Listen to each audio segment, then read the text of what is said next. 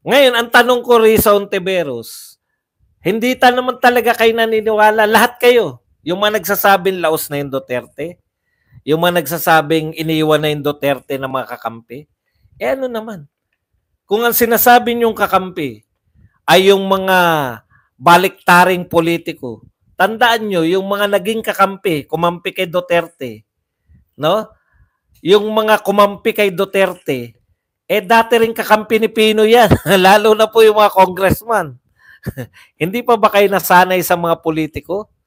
Ang importante po, hindi siya iniiwan ng mamamayang Pilipino.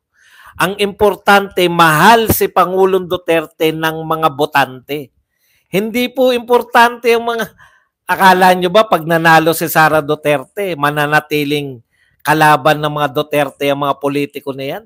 Kakampi rin po yan. Pati nga yung mga vloggers, nakita nyo malalaki